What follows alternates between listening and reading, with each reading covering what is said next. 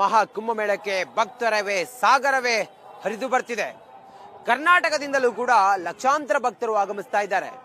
ಬಂದಿರುವ ಭಕ್ತರು ರಿಪಬ್ಲಿಕ್ ಕನ್ನಡದ ಜೊತೆಗೆ ಮಾತನಾಡ್ತಿದ್ದಾರೆ. ಯಾರ್ಯಾರು ಏನೇನು ಹೇಳಿದ್ದಾರೆ ಅನ್ನೋದರ ಸಂಪೂರ್ಣ ಮಾಹಿತಿಯನ್ನು ಕೊಡ್ತೀವಿ ಚಿಕ್ಕ ಬ್ರೇಕ್ ಆದ್ಮೇಲೆ. ರಿಪಬ್ಲಿಕ್ ಕನ್ನಡ ಡೇ 1 ನಿಂದ ಪ್ರಯಾಗ್ರಾಜ್ನ ಮಹಾ ಕುಂಭಮೇಳದ ಮೆಗಾ ಕವರೇಜ್ ಅನ್ನ ಮಾಡ್ತಾ ಇದೆ. ಕರ್ನಾಟಕದಿಂದ ಬರುವ ಯಾತ್ರಿಕರನ್ನ ಹುಡುಕಿ ರಿಪಬ್ಲಿಕ್ ಕನ್ನಡ ಮಾತಾಡಿಸ್ತಾ ಇದೆ. ಆ ಮೂಲಕ ಕನ್ನಡಿಗರ ರೋಮಾಂಚನಕಾರಿ ಅನುಭವವನ್ನ ಮಹಾ ಕುಂಭಮೇಳದ ಈ ಪಾವಿತ್ರ್ಯವಾದಂತ ಪುಣ್ಯ ಧರೆಯಲ್ಲಿ ಮಾತನಾಡಿದ್ದಾರೆ. ಏನ್ ಹೇಳಿದ್ದಾರೆ ಯಾರು ಬನ್ನಿ ನೋಡೋಣ.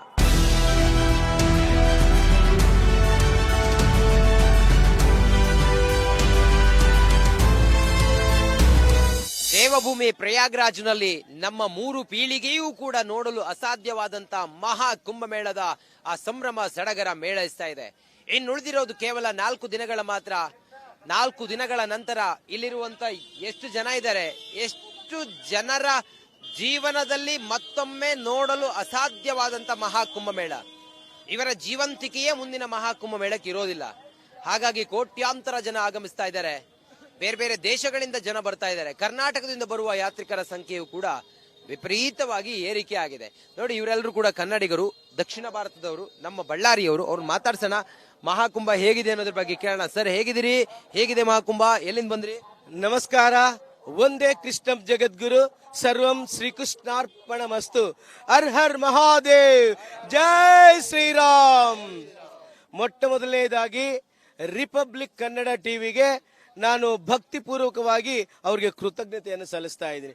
ಇವತ್ತಿನ ದಿನ 144 ವರ್ಷಗಳಿಗೆ ಒಮ್ಮೆ ನಡೀತಕ್ಕಂಥ ಈ ಮಹಾಕುಂಭ ಮೇಳ 2025ಕ್ಕೆ ಇಷ್ಟೆಲ್ಲ ಪ್ರಚಾರ ಸಿಕ್ಕಿದ್ದಕ್ಕೆ ಕಾರಣ ಕನ್ನಡದ ರಿಪಬ್ಲಿಕ್ ಟಿವಿ ಅಂತ ಹೇಳಿದ್ರೆ ಅದು ತಪ್ಪಾಗಲ್ಲ.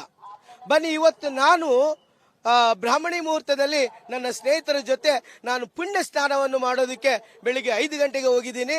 ಅಲ್ಲಿ ಮಹಾಸಂಗಮ, ತ್ರಿವೇಣಿ ಸಂಗಮ, ಎಲ್ಲಿ ತ್ರಿವೇಣಿ ಸಂಗಮ ಆಗ್ತಾಳಲ್ಲ, ಅಲ್ಲಿಂದ ನಾವು ಸ್ನಾನ ಮಾಡಿಕೊಂಡು ಈಗ ತಾನೇ ಬಂದಿದ್ದೀವಿ. ಹಾಗೆ ಇವತ್ತಿನ ದಿನ 144 ವರ್ಷಗಳ ಹಿಂದೆ ಈ ಮಹಾಕುಂಭ ನಡೆದಿತ್ತು, ನಮ್ಗೆ ಗೊತ್ತಿಲ್ಲ. ಮುಂದೆ 144 ವರ್ಷಗಳ ನಂತರ ಆಗುತ್ತೆ, ಖಂಡಿತ ಆಗುತ್ತೆ, ಆದ್ರೆ ನಾವಿರಲ್ಲ. ಇಂತಹ ಪವಿತ್ರವಾಗಿರ್ತಕ್ಕಂಥ ಹಿಂದುತ್ವವನ್ನೇ ಪ್ರಶ್ನೆ ಮಾಡ್ತಾರೆ. ಏನು, ಗಂಗೆಯಲ್ಲಿ ಸ್ನಾನ ಮಾಡಿದ್ರೆ ಪಾಪ ಕಳೆಯುತ್ತಾ? ಗಂಗೆಯನ್ನು ಸ್ನಾನ ಮಾಡಿದ್ರೆ ಬಡತನ ನಿವಾರಣೆ ಆಗುತ್ತೆ ಅಂತ ಹೇಳ್ತಾರೆ. ನಾಚಿಕೆ ಆಗಬೇಕು, ನಾಚಿಕೆ ಆಗಬೇಕು. 65 ವರ್ಷಗಳ ಕಾಲ ನೀವು ಆಳಿದ್ದು, ನೀವು ಬಡತನವನ್ನು ನಿರ್ಮೂಲನೆ ಮಾಡೋಕ್ಕಾಗಿಲ್ಲ.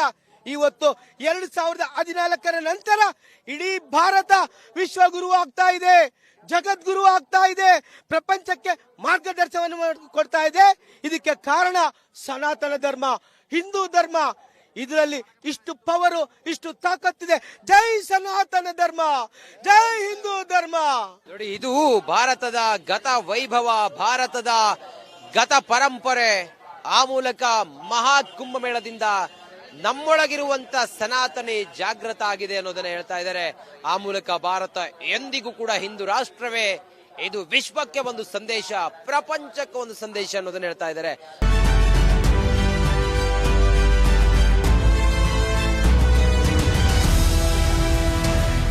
ರಿಪಬ್ಲಿಕ್ ಕನ್ನಡ ಡೇ 1 ನಿಂದ ಎಲ್ಲಿಯವರೆಗೂ ಕೂಡ ಪ್ರಯಾಗ್ರಾಜ್ನ ಮಹಾ ಕುಂಭಮೇಳದ ಮೆಗಾ ಕವರೇಜ್ ಅನ್ನ ಮಾಡ್ತಾ ಜನರಿಗೆ ಪ್ರತಿದಿನವೂ ಕೂಡ ಮಹಾ ಕುಂಭಮೇಳದ ವಿಶೇಷವನ್ನ, ವೈಶಿಷ್ಟ್ಯವನ್ನ ನಿಮ್ಮ ಮುಂದೆ ತೆರೆದಿಡುವ ಪ್ರಯತ್ನವನ್ನ ನಾವು ಮಾಡ್ತಾನೆ ಇದ್ದೀವಿ.